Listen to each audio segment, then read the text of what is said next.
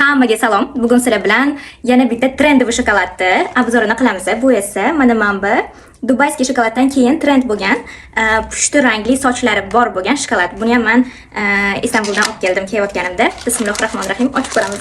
Buni qilib o'tirishim shart emas bizga kerak. Mana ko'rinishi mana. Endi buni ochamiz. Wow. Hidi kelyapti. Mana bunaqa katta shokolad ekan, lekin meniki sinibdi. Endi yeb ko'ramiz. Mana bu yog'i. Bismillahirrohmanirrohim.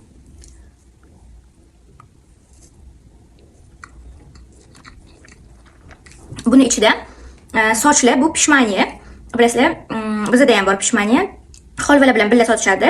Sochga o'xshagan ingichka tolali bo'ladi. Приятный, rosa mazali, mazasi ham. Buni ichiga shuni pushti rangini solishibdi. Hamda Dubayskiy shokoladni ezmasini solishgan. Pastasini ya'ni. Shunaqa. Ustida bo'lsa молочный shokolad. Mazasi приятный juda ham. Nima shokolad mazasi? Dubayskiy shokoladdan menimcha ancha buni mazasi zo'rroq deb o'ylayman men uchun. Chunki Dubayskiy shokolad juda ham приторный, слишком shirin. Yana men bilan shunaqa ajoyib va g'aroyib bo'lgan kontentlar ko'rmoqchi bo'lsanglar, albatta menga obuna bo'lib qo'yinglar. Juda ham xursand bo'lardim. Bye bye.